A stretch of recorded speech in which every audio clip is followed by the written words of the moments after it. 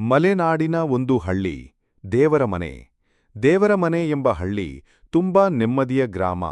ಆದರೆ ಆ ಹಳ್ಳಿಯ ದಕ್ಷಿಣ ತುದಿಯಲ್ಲಿ ಒಂದು ಬೃಹತ್ ಹಳೆಯ ಮನೆ ಇದೆ. ಎಲ್ಲರೂ ಅದನ್ನು ಮೌನದ ಮನೆ ಅಂತ ಕರೆಯುತ್ತಾರೆ. ಯಾಕೆಂದರೆ ಅಲ್ಲಿ ಯಾರೂ ಊರಿನವರ ಮಾತು ಕೇಳುವುದಿಲ್ಲ, ಶಬ್ದವಿಲ್ಲ. ರಾತ್ರಿ 12 ಗಂಟೆಯಾದರೆ ಅಲ್ಲಿಂದ ಕೆಲವು ವಿಚಿತ್ರ ಶಬ್ದಗಳು ಕೇಳಿಬರುತ್ತವೆ. ಹಳ್ಳಿಗರು ಅದಕ್ಕೆ ಹತ್ತಿರ ಹೋಗೋದಿಲ್ಲ.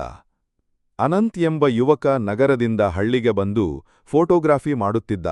ಅವನು ಆ ಮನೆಯ ಬಗ್ಗೆ ಕೇಳಿ ಕುತೂಹಲಗೊಂಡ. ಒಂದು ರಾತ್ರಿ ಕ್ಯಾಮರಾ ಹಿಡಿದು ಆ ಮನೆಯೊಳಗೆ ಹೋದ. ಅವನಿಗೆ ಮೊದಲಿಗೆ ಶೂನ್ಯತೆ ಕಾಣಿಸಿತು. ನಂತರ ಸಡನ್ನಾಗಿ ಒಂದು ತಾಪಮಾನ ಇಳಿಯುವುದು ಅನುಭವವಾಯಿತು. ಹೆದರಿ ಹೋಗಿದ್ದಾನೆ. ಆದರೆ ಮುಂದೆ ಬೆದರದೆ ಆಳವಾಗಿ ನುಗ್ಗಿದ. ಆಗ ನೋಟಿಗೆ ಬಂತು, ಒಂದು ಹಳೆಯ ಬಾಕ್ಸ್. ಅದರಲ್ಲಿ ಒಂದು ಡೈರಿ. ಈ ಮನೆ ನನ್ನದು. ನಾನು ಶಾರದಾ. ನನ್ನ ಪತಿಯು ನನ್ನನ್ನು ಕೊಂದು ಈ ಮನೆಯೊಳಗೆ ಹಚ್ಚಿದ. ನನ್ನ ಆತ್ಮ ಇನ್ನೂ ಇಲ್ಲಿ ಅಲಿಯುತ್ತಿದೆ.